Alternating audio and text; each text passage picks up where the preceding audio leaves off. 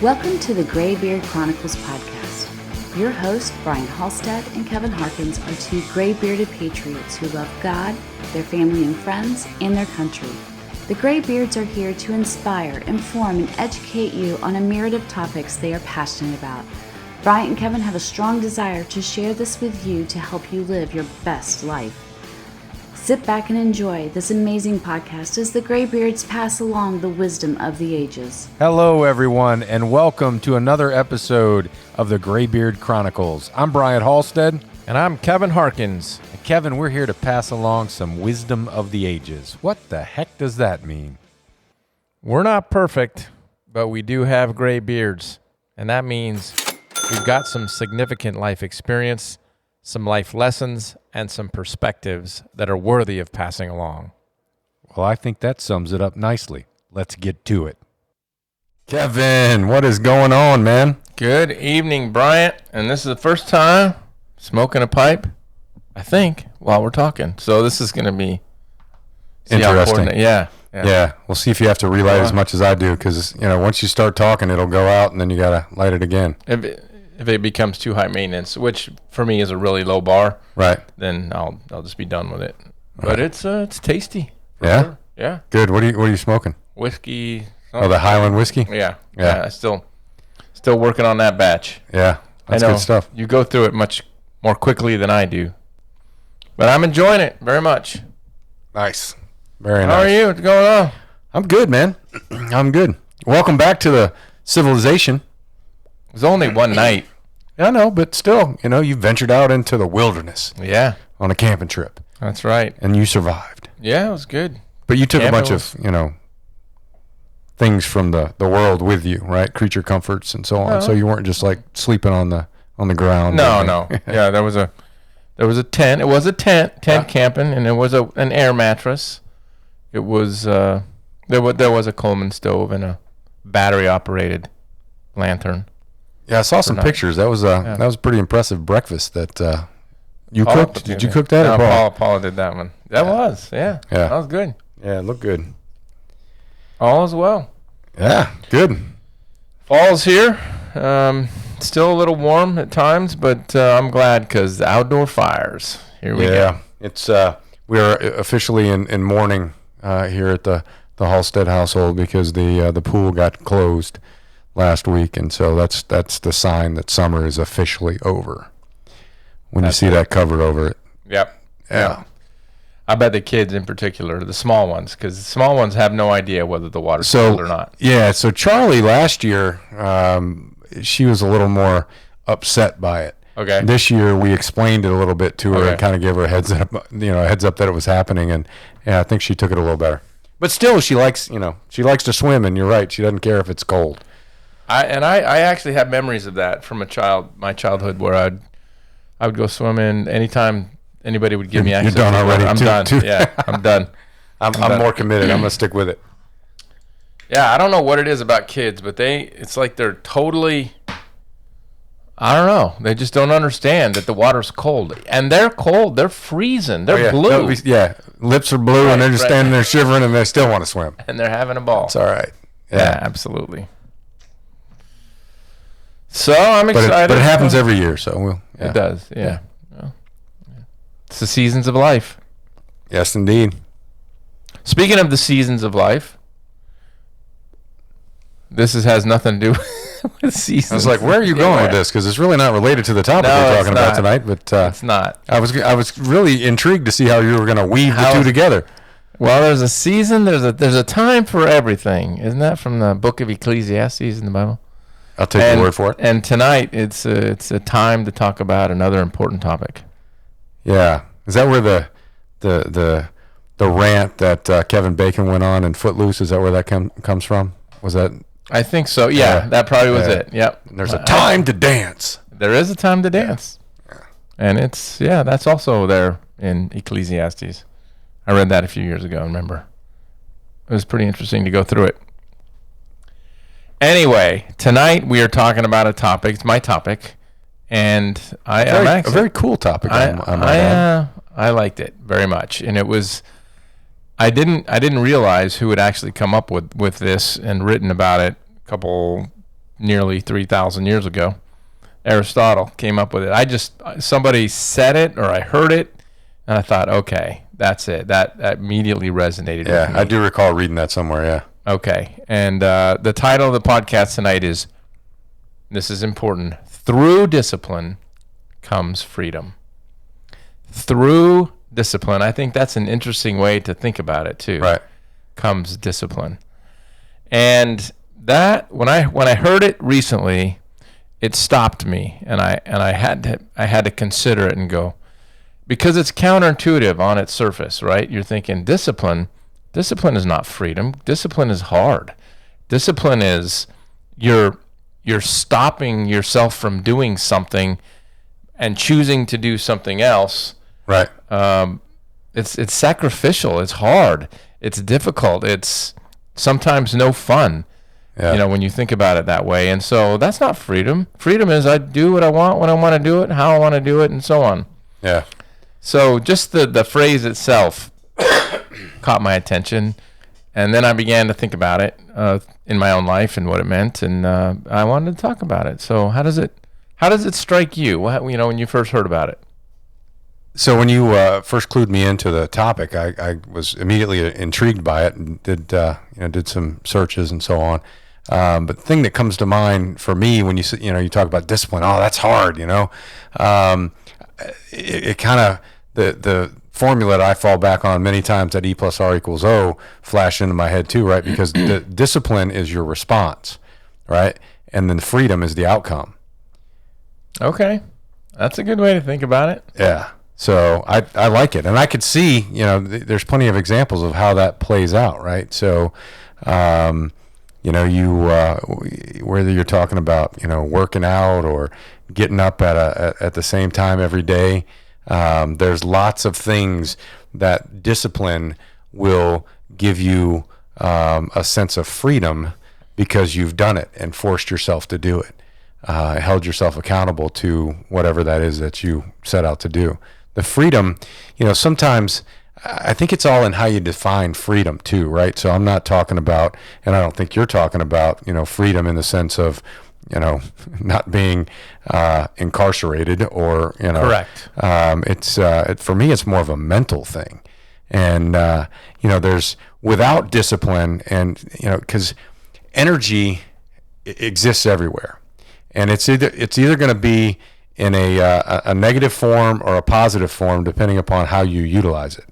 And I think if you are just one of these people that take the path of least resistance, that's weakness, and that's not going to be discipline and not going to create freedom for you. In fact, it's going to create hurdles for you and more challenges and mental anchors and so on as things continue to manifest because of that lack of focus, lack of discipline, and lack of getting shit done.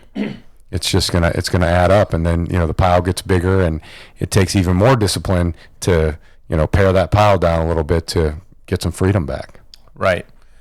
Couldn't agree more. And back to the emphasis during the title, through discipline comes freedom. That there's actually effort that you have to put out in order to arrive at the point that you're trying to arrive at, which is an area of more freedom. And one of the things that I remember distinctly, I'm gonna rewind in my brain probably at least 20 years ago. It's probably was 20 years ago, and I remember I just kind of absorbing what was going on around me in the world, and there were two people in particular that caught my attention because of what they were doing that was different than what they were known for, and it was Tiger Woods and it was Richard Branson. And on the Tiger Woods front, this was when he was in the prime of his golf career, and just up and coming, and was winning everything. But it wasn't that. He was out enjoying himself on his beautiful yacht. And I remember thinking, how does a guy that's arrived at that place in life get there? Right. And that it struck me as, I didn't think of the word freedom at the time, but I thought, here's a guy who has all the money, all the connections, and the time that he needs and wants to be able to go do something and enjoy a wonderful weekend out on this incredibly beautiful yacht that he had. I don't know if he still has it, but he had this yacht that was like jaw-dropping. And in the Coast Guard, you pay attention to stuff like that. Right. Because you see them all the time. So that was thing number one. And thing number two was Richard Branson. And Richard Branson, for those of you who don't know, is the Virgin guy, Virgin brand. The Virgin guy. No, I don't think that's Virgin Records and Virgin Airlines and all of that. He's the guy behind all that. And British guy from London. I don't know if he's from London, but he spent a lot of time in London. But anyway, he was doing the hot air balloon thing and had all these incredible adventures around the world. And I thought, again, how does a guy who is known for business, right, and all that he's done in business arrive at a point in his life where he can do all of this stuff? And I thought, okay. And then as you start to piece the puzzle pieces together, start to put the puzzle pieces together, you realize. And then I read a recent a biography on Tiger Woods, and how much time he put into playing golf when he was up and coming.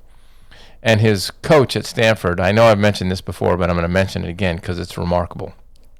His golf coach when Tiger Woods was at Stanford made this quote. He said, "Tiger practices golf." Now remember, this is Division I collegiate golf. Right. He practices golf more than all of the rest of his teammates combined. That's pretty impressive.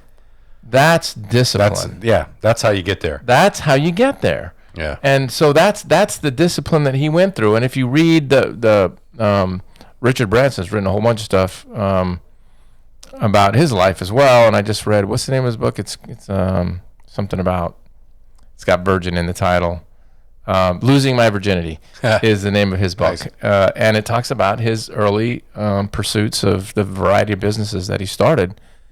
Extremely aggressive, extremely disciplined, extremely hardworking. And it was through those disciplines that allowed them to master their trade, get to the point where then they had this freedom that is very unusual for people to have. I love that. Yeah. Yeah, and that's certainly one kind of freedom, right? Right. To be able to enjoy the material things that they do and the freedom to go and because they have the financial means, et cetera. I mean, I certainly agree with that. And I also think that, you have the ability to utilize that same, type of discipline to do the same thing in your life, whether it's, allowing you to do things like that where you can, spend time, not have to worry about things financially, or just have the freedom to not walk around with those mental anchors that are dragging you down. The things that in your mind you should have done that you haven't done, and things that you're just carrying. It's in your backpack. I think you've heard me talk about that too, right? I talk about them as being mental anchors, but it's also like carrying rocks around your backpack. And when you can get rid of some of that stuff because you have chosen a path of discipline and you start lightening your load a little bit, makes a difference. It does make a difference. And you use the word mental anchor or something like that, which I think is right. And the word that I actually thought of when I was preparing for the podcast tonight was you become enslaved to parts of your life if you don't have the discipline that you need to go through them. And I wrote some lists down here to just kind of talk about this. The opposite of freedom is enslavement. And so not being disciplined with your money, for example. Right. I want to spend what I want to spend when I want to spend it. And you do that. You wake up one day and you are buried under a mountain of debt. Right. And you become enslaved to that. Then you're living to pay off your debt because you didn't have the fiscal discipline to do what you needed to do. That's just one example. Right. Your body, same thing. I want to eat what I want. I want to drink what I want. I want to lay on the couch and eat bonbons. That's what I want to do. That's my choice. That's my freedom. Right. Go do it. And I'm going to enjoy the sexy physique that results from it. Well, or not. Right. Well, I mean, you get my point, right? Yeah. That's through the discipline of eating nutritious, healthy foods, through moving your body and through exercise, through improving your mind, through reading and study and meditation and so on.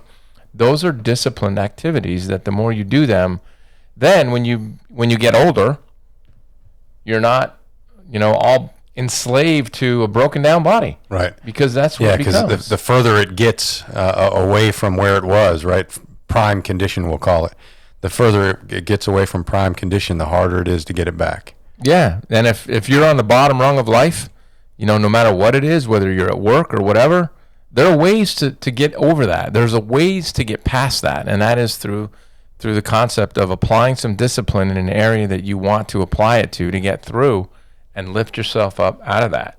Yeah, I think about it like an antique car, right? Like a classic car. Right. If you hear people talking about restoring vehicles all the time, right? Well, what if you maintained it throughout its life and it didn't actually need to be restored because you were taking care of it as you went? Amen. I think our bodies are like that. I think our lives are like that. You keep that maintenance going, keep that discipline going, and then you don't find yourself in a situation where you need a restoration. That's exact. It's a great example. It's a perfect example of having the discipline to change the oil every whatever it is these days, depending on the car, 3,000, 5,000, 7,000. Don't change your brakes. Don't maintain it. Don't wash it. Don't take care of it. And it's going to break down, and then you're walking because your car doesn't work anymore. That's another great example. Same thing with your yard. Another thing that I love and I think about all the time, you can tell a lot about a person by looking at their yard. You really can. You can tell a lot about what's going on the inside by looking at I cut my grass yesterday. I know. Did you notice that when you came up the hill? Yeah, I know. You're conscious every time I come up. Uh-oh, Kevin's coming. I got to make sure the yard's squared away. That's right, because he's going to judge me.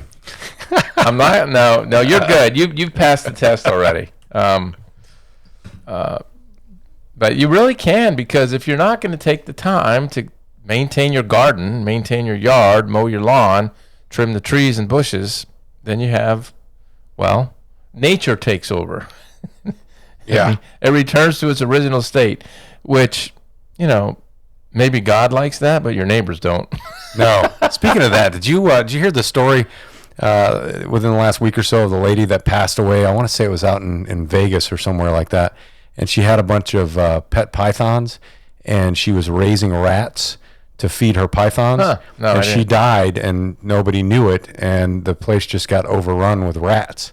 It's a pretty horrible situation. Yeah. And did the pythons die? So interesting part of that story was they never said what happened to the snakes. Yeah. So don't know if they died or what. But I wonder where. She keep them in glass boxes. Who knows? But the neighbors were just beside themselves with the number of rats that were running around.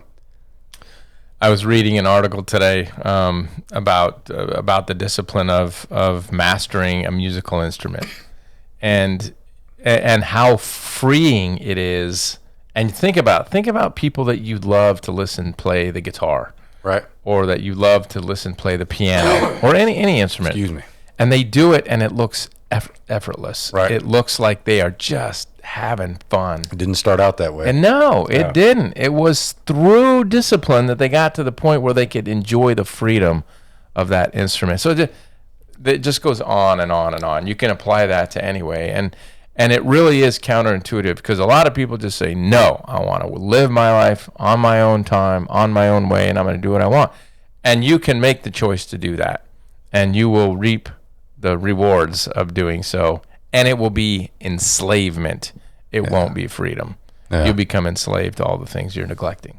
There you go. That's my conclusion of that particular matter. Yeah, I think that the whole idea of discipline and self-control, because ultimately that's what discipline is the ability to control your mind and then your subsequent actions. Yeah. There's power in that. There is. There's a tremendous amount of power in being able to do that. And just little things like, earlier in the year I decided I wasn't going to have any alcoholic beverages for 30 days. Right.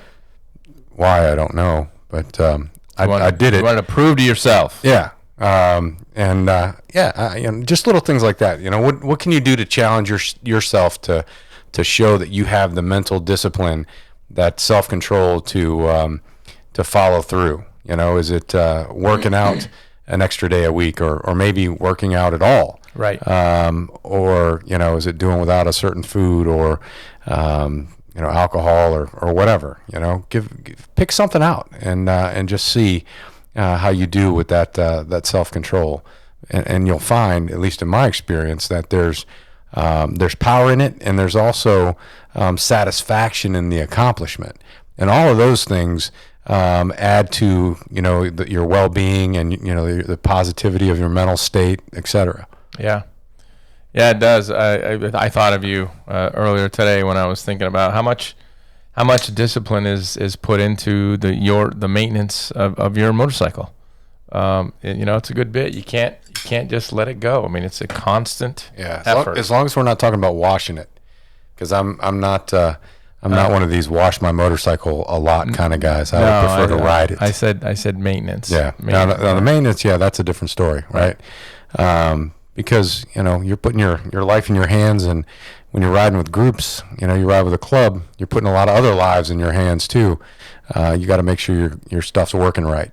It's one of the reasons we're always harping on people for their inspections and making sure their stuff's good to go. So one of my takeaways from that particular thing that you just said is your bike dirty? Is it? Are you kind of on the bottom rung there of by whose standards, right? I mean, it's certainly not showroom clean. It is mechanically sound, but it's got some dust on it. From where it's gotten rained on, and then the dirt associated with that. It doesn't have dust from sitting. Right. It has dirt or road grime from riding. Riding in the rain and all that comes with that joy. Yeah, your bike looks fine. I've seen it many times, and I would never walk by it and go, wow, that person is neglecting that beautiful machine. Yeah, no, it definitely needs a bath, though. Right. I'll own that. All right, well, you better take care of that. Through discipline comes freedom. Yeah. Well, it's really not bothering me. I'm not bothered by it, so it's not negatively impacting my freedom. I'm still able to get on it and ride it because it's mechanically sound. There you go. There you go. Yeah, so that's a good reminder for me to wake up every morning and decide what are those one or two areas of my life that I want to improve upon, and what is the discipline that I can bring to that, knowing that down the road I'm going to enjoy some freedom. And I had a conversation, and I'll leave the person's name out. I just had a conversation. No, don't leave it out. Let's hear it. No. No, about going camping. And this gentleman said, I know you went camping. Did you sleep in a tent on the ground, or did you have some cushy camper or whatever? No, I said I slept on a tent on the ground, in a tent on the ground. He goes, you did? He was surprised because we were of similar age. Right. Because he goes, I want nothing to do with that. My old decrepit body, and he does have an old decrepit body, that he can't do all that stuff. But he also doesn't do shit to take care of himself physically. Right. And there you go. I got some freedom. Well, congrats. Look at the results you have, right? Those the inputs are creating that output. And I'm not bragging on my awesome physique, but I do routinely move. No, you're in decent shape for a guy your age. You're in decent shape for a guy of any age, really. Yeah. Oh, there's good recovery there. Good. Yeah. There's lots of people half your age that aren't in the shape you are. Okay. Anyway, I actually had that thought. I thought, well, there you go.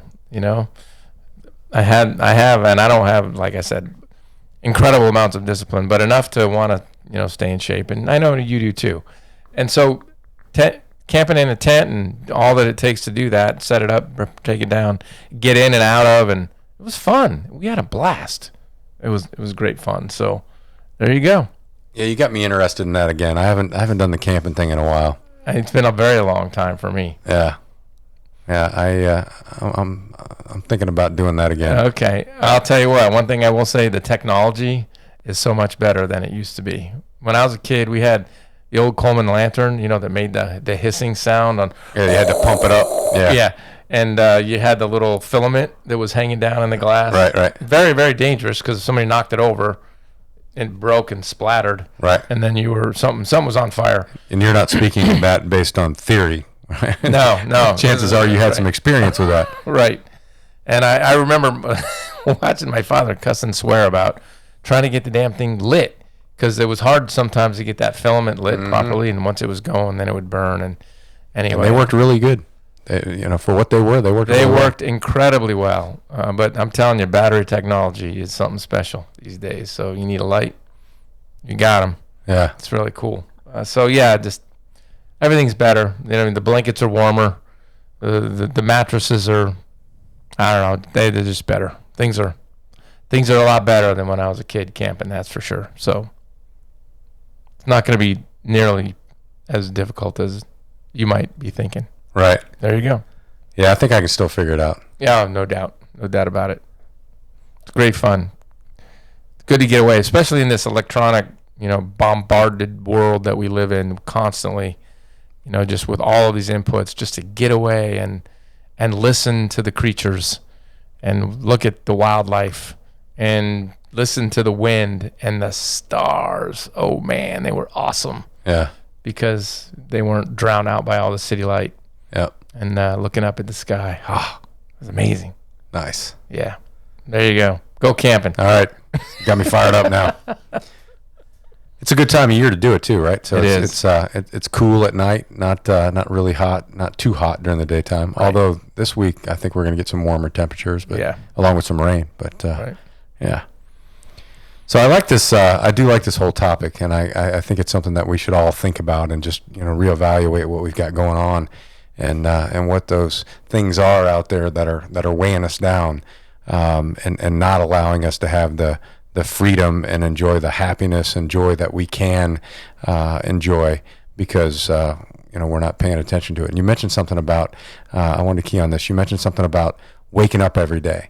There's I read an article the other day about the importance of waking up the same time every day, and I'm trying to remember the term, but there's some scientific evidence behind what that does, and how it affects you if you're not doing it right. So no matter what time you go to bed, it's important to wake up at the same time. Now I like getting my sleep too, right? So I tend to go to bed fairly early because I want a good 7 hours of sleep. Right. Need to recharge those batteries, but it's important getting up early. It is. Yeah. Yeah, that's not hard for me, except when we do the knocking the clocks forward or back. That's coming up soon, right? That screws me up. Is it? I think it is. Fall back and spring forward, right? So fall back. So we get an extra hour of sleep. This by falling back. All right. I always like to fall better because the spring all of a sudden. Whew. Yeah. I thought it was 5 o'clock and it's actually 4 o'clock. We've got the camera working again.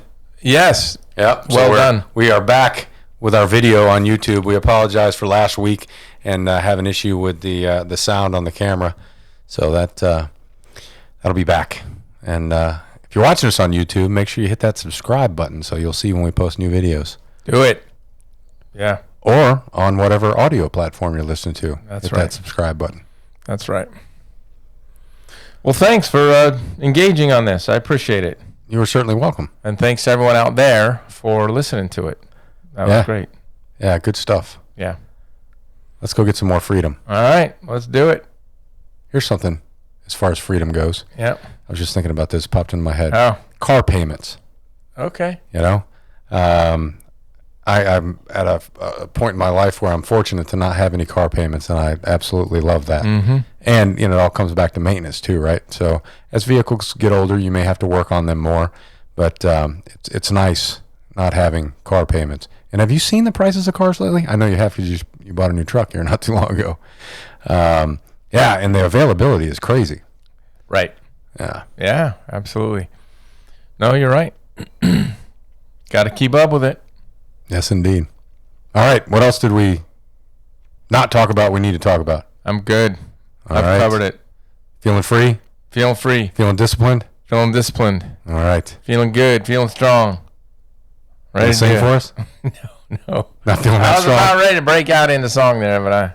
Come on. Probably is song. No. I'm ready. I'm good. Someday. All right. Well, I've got the freedom to do this. Hit this button. And say to all of you out there, no matter who you are, where you are, what you're doing, make sure between this podcast and the next, you take time to enjoy the ride. Thank you for listening to this episode of the Graybeard Chronicles. Please subscribe so you'll receive notification when new episodes are available. To learn more about the Graybeards, visit their website, graybeardchronicles.com.